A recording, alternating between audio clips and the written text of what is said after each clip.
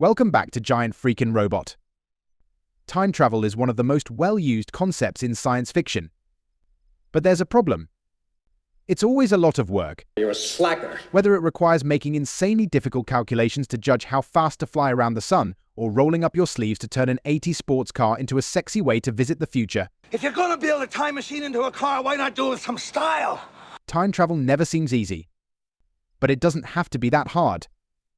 For today's stylishly lazy slacker, time travel is only worth the trouble if it doesn't take much effort. What if you want to visit the future and pick up one of those sweet hoverboards? I got a pit bull now. But don't want to put forward more effort than it takes to open a can of Pepsi? Don't worry, science fiction history is full of easy, effort-free ways to leap through time and watch your conception. Here are 10 simple ways to become your own grandpa. Who's my grandfather? Isn't it obvious? You are! This is the lazy man's guide to time travel.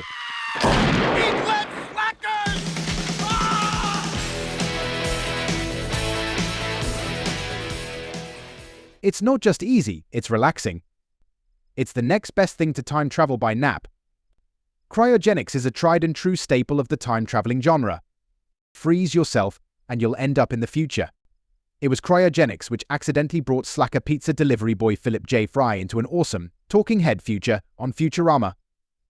Of course, it's also responsible for Khan Noonien Singh, the genetic jerk from the past who stuck a bug in Chekhov's ear while releasing his wrath during Star Trek II.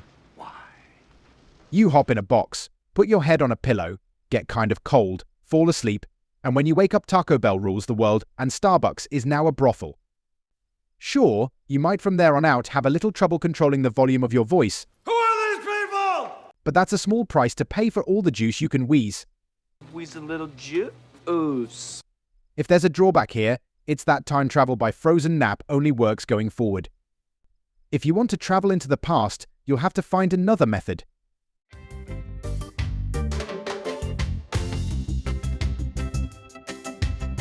That island Lost was basically a paradise. All they needed was some rum. It's literally Hawaii, since that's where they filmed it. Sure, all that time travel on Lost looked like kind of a pain in the ass, but it's only because Jack and the gang don't know how to relax. You could run around the jungle pissing off the smoke monster, but if you're on a time-traveling tropical island, why not set up a lawn chair on the beach and wait for Kate to run by in a bikini instead? Shape up, man. You're a slacker. It's a safe bet to assume that somewhere on any decent time-traveling tropical island, there's a supply of Dharma pina coladas. Mix up a batch, fire up some Jimmy Buffett, then relax on the sand and embrace life as a time-traveling beach bum. We never really know exactly what it is that sends Bill Murray's Groundhog Day character Phil. Told you. Call me Bronco. Sorry, Bronco. Back in time to repeat the same day over and over and over again. But near as I can tell, after watching the movie a dozen times, his time travel situation mostly happens because he's a jerk. Ned? Let's face it, being a jerk can be kind of fun. He was a slacker too. If mocking old ladies and pushing dudes into puddles will give me the ability to time travel, then count me in. I really don't know, How to spell? Quantum Leap had it all wrong. Master the universe by being one of the most loathsome members of the human race. Travel through time with the Bill Murray method, and when you're finished, simply tongue Andy McDowell and you'll find yourself back home. What's all this garbage about setting things right?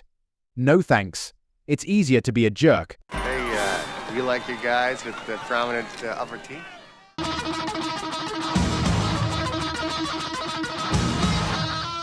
If you want to see the Mongols ruling China, just make a call. Want a Twinkie Genghis Khan?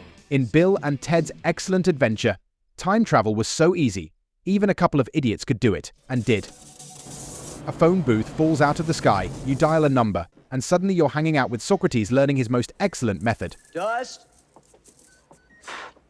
Win. Sure, a lot of work probably went in to making these time-traveling telephones, but the guys who made them don't seem to want anything in exchange for their use, except a quarter. Mon Dieu. Dial up Lincoln and plan on eating at the food court, but leave that short dead dude Napoleon, where he belongs in the past. Triomphe Napoleon.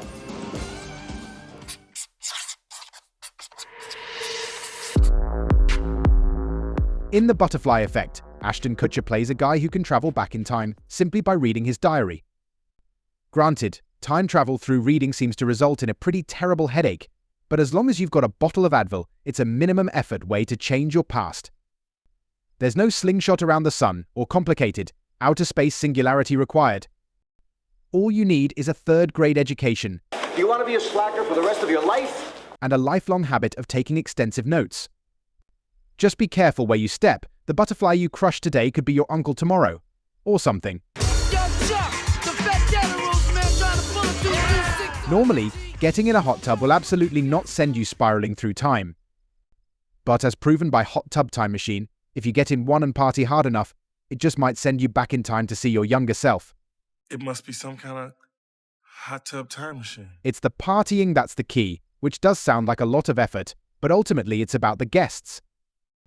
You could always just lay in the hot tub and spill beer on things, while letting your party guests get rowdy around you.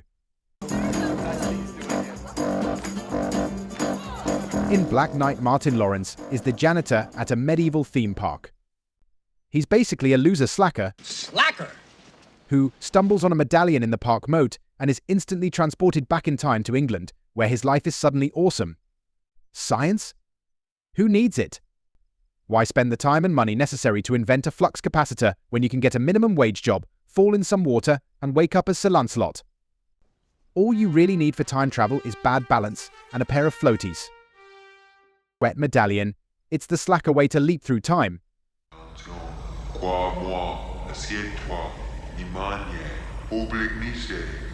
In Flight of the Navigator, 12-year-old David falls in a 1978 ditch, and when he wakes up a few hours later, it's 1986. Though the world has moved on, for him no time has passed, and it's all thanks to alien kidnappers who whisked him away in stasis for further study and then dropped him back on planet Earth when they were done probing him. David, on the other hand, remembers nothing, so there's no invasive probe trauma to deal with. It's really the laziest way possible to go, the time-traveling equivalent of sticking out your thumb and hitching a ride.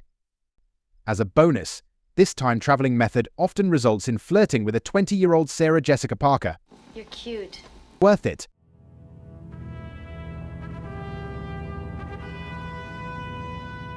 Dave Lister is laziness given form, so when he travels 3 million years into the future, you know it didn't take much effort. That's a bookie. On Red Dwarf, he disobeys orders by smuggling a cat on board, and as punishment he's thrown in stasis. You look to me like a slacker. There's an accident. Everyone else on the ship ends up dead, and it's 3 million years before anyone bothers to let him out. I've just been shown this great new intelligence test. What you got? Later in the series, Lister does a lot more time traveling, using such vague devices as a time hole. The actual chances of it blowing are about 1 in... Mostly, time traveling for Dave Lister seems to involve forgetting to duck. If you're looking for a way to go back in time and talk John F. Kennedy into assassinating himself, the gunman's location was in the Texas Book Depository. then disobey orders and tag along with Dave, Step up to red alert. Sir, are you absolutely sure? It does mean changing the bulb. it might be something built long ago and left laying around in a desert. Or it might be something of natural origin that turns a cave into a time loop creator. What's certain is that these always seem to appear in some sort of desert-like environment, which means you might have to break a sweat to get to it. But that's all you'll have to do. To use a randomly occurring time portal, you just walk in and you're either in the roaring 20s or repeating your own life from a few weeks ago, ending up stuck at an endless party. I always get an extra one, save myself a trip. Or you might just be an alcoholic. Could be. Slacker. Either way, taking a walk into something that just happens to be lying around is without a doubt the easiest form of time travel there is. We recommend this as the preferred method for minimum effort adventurers. Break it up. What's all this about? That's it for now. That's how you handle him, son. Never give him an inch. Until next time, keep the hot tub party rolling and we'll see you in the future. All right, folks, come on. This is a party. Come on, let's have some fun. This has been Giant Freakin' Robot.